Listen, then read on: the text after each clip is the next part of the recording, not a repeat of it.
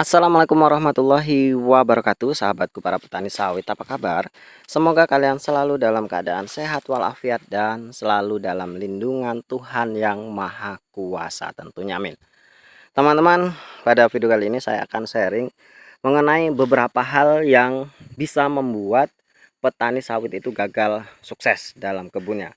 Sudah banyak buktinya teman-teman, bahkan orang-orang di sekitar saya ini sudah tanam sawit, kemudian sawitnya tidak berproduktivitas secara baik sehingga mereka menganggap bahwa sawit itu tidak menguntungkan dan menyesal tanam sawit.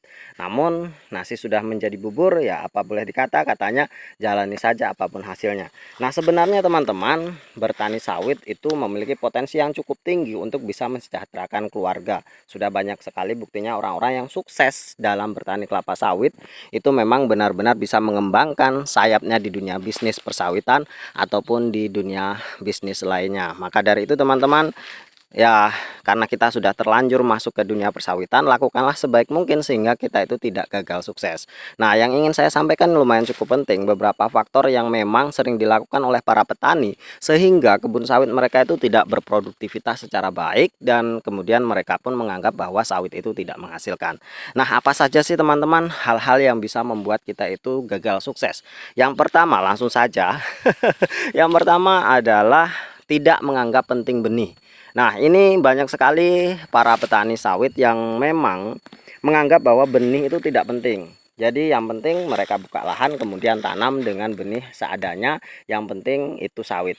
Dan mindset atau anggapan bahwa sawit di apapun yang penting dipupuk pasti akan berbuah walaupun benihnya apa saja.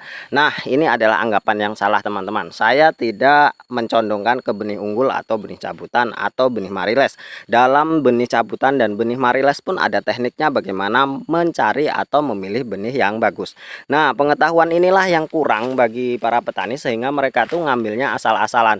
Yang penting buah apa namanya? Yang penting buah sawit atau kecambah sawit atau sawit-sawit yang sudah tumbuh yang penting mereka tanam, dan tentunya itu menurut saya sangat merugikan. Karena apa? Sawit ini adalah tanaman jangka panjang yang ketika kita salah di awal penanaman maka kita akan merasakan efeknya itu dalam jangka waktu yang lama. Itu yang harus dicatat teman-teman. Jadi jangan sampai kita salah di awal-awal penanaman, tentunya dengan menggunakan benih yang baik. Ya, saya tidak condong ke benih apapun teman-teman. Yang penting kalau memang benih itu bagus, pasti hasilnya juga akan bagus. Karena genetik, kemudian benih yang buruk itu akan sangat-sangat mempengaruhi dari hasil produktivitas kebun kita. Itu yang pertama, yang banyak sekali para petani itu memang menganggap remeh masalah benih. Dan tentunya saya sarankan kepada teman-teman semuanya, ubah mindset itu teman-teman. Gunakan benih yang baik, gunakan benih yang memang berkualitas sehingga nanti kita bisa rasakan dalam jangka waktu yang cukup lama. Itu kesalahan yang pertama yang harus dirubah oleh kita semua. Yang kedua, menyepelekan masalah jarak tanam. Nah, setelah benihnya asal-asalan, ambil-ambil saja, tidak tahu benih dari mana, beli-beli saja yang penting murah, dan tentunya hal itu bisa mempengaruhi dari hasil produktivitas. Yang kedua kesalahan adalah menggunakan jarak tanam yang salah, baik itu terlalu lebar ataupun terlalu jarang. Karena teman-teman, ketika sawit kita terlalu rapat tanamannya itu sudah banyak sekali buktinya, bahkan di daerah-daerah saya ini, bahkan yang di batas-batas seperti itu yang dibuatnya cukup mepet-mepet, itu akhirnya nanti tidak berbuah secara sempurna dan tentunya akan mempengaruhi dari hasil produktivitas sawit yang kita miliki. Itu teman-teman. Jadi banyak sekali faktor-faktor orang-orang itu menggunakan jarak tanam yang salah. Salah satunya adalah nafsu. Nafsu ingin kebunnya itu banyak tanamannya, banyak batangnya, banyak sawitnya, dan menganggap bahwa nanti ketika batangnya banyak hasilnya juga banyak. Tentu tidak, itu adalah anggapan yang salah. Dengan jarak tanam yang salah, maka hasil produktivitasnya pun akan juga salah prediksi. Itu teman-teman.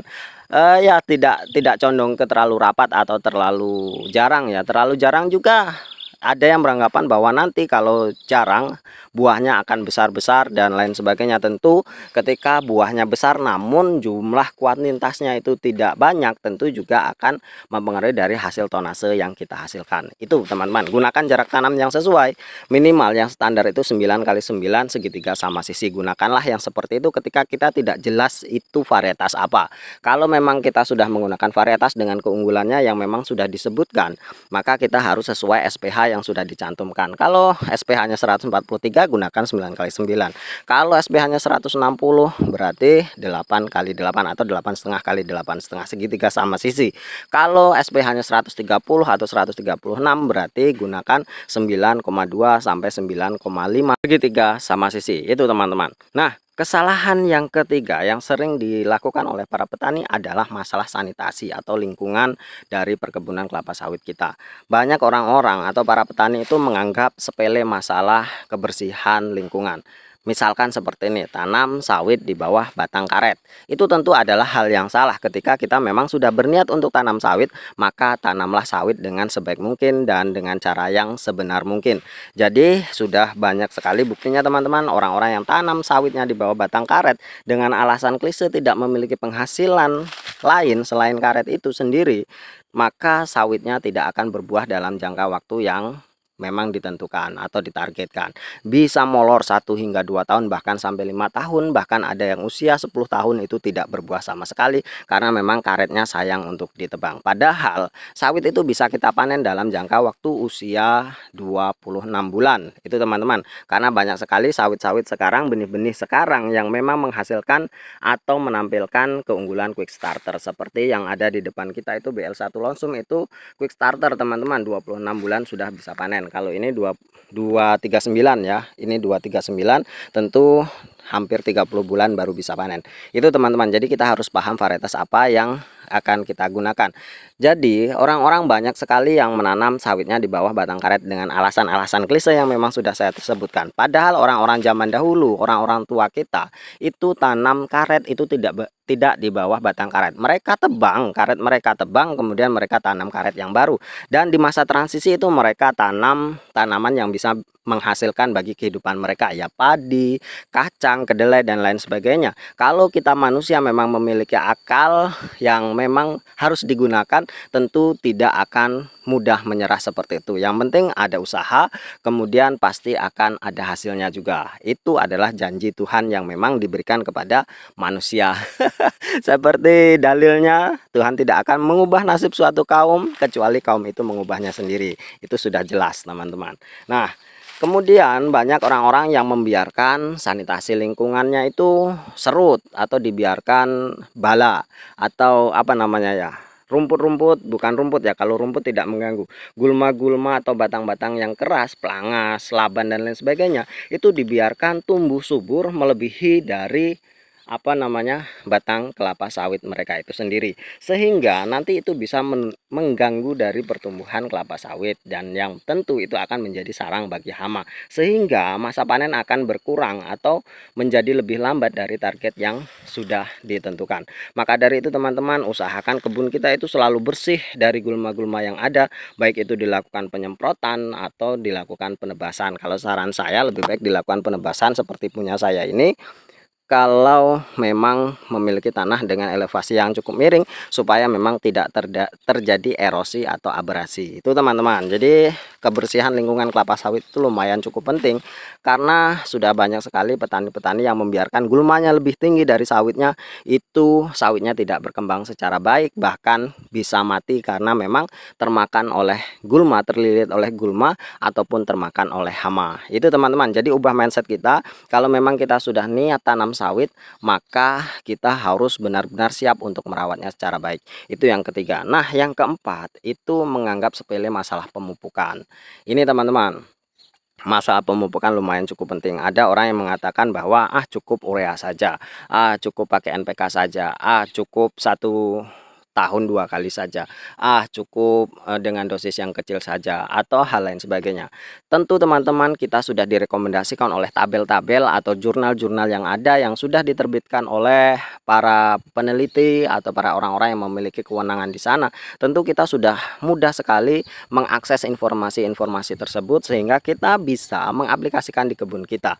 Nah, tentunya teman-teman dalam channel ini selalu saya katakan bahwa ketika kita tidak memiliki biaya yang cukup, lakukanlah pemupukan secara rutin meskipun dalam dosis yang kecil. Karena dengan melakukan secara rutin maka kebutuhan nutrisi itu pasti akan tercukupi secara baik meskipun dalam jumlah yang kecil. Tentunya teman-teman keseimbangan unsur hara harus kita perhatikan, jangan hanya menggunakan satu pupuk atau satu jenis pupuk saja. Gunakanlah dosis yang seimbang dengan unsur hara yang seimbang pula. Belajar, pelajari terus, cari informasi-informasi yang memang dapat dipercaya. Itu teman-teman. Jadi banyak petani yang menganggap sepele hanya tanam saja kemudian tidak melakukan pemupukan, dan tentunya itu akan mengubah dari target yang sudah ditentukan. Itu teman-teman. Jadi banyak sekali para petani sawitnya itu sampai umur 4 tahun, 5 tahun itu tidak berbuah secara baik karena memang di awal-awal penanaman perawatannya itu kurang baik. Kesalahan-kesalahan yang sudah saya sebutkan itu dilakukan oleh mereka sehingga pada akhirnya mereka pun menyesal menanam sawit. Sebenarnya bukan karena sawitnya, tapi karena cara mereka melakukan perawatan yang salah atau melakukan penanaman atau melakukan manajemen yang salah juga. Itu teman-teman. Mungkin hanya ini, semoga bisa bermanfaat dan menjadi referensi bagi teman-teman semuanya. Terima kasih atas perhatiannya. Wassalamualaikum warahmatullahi wabarakatuh.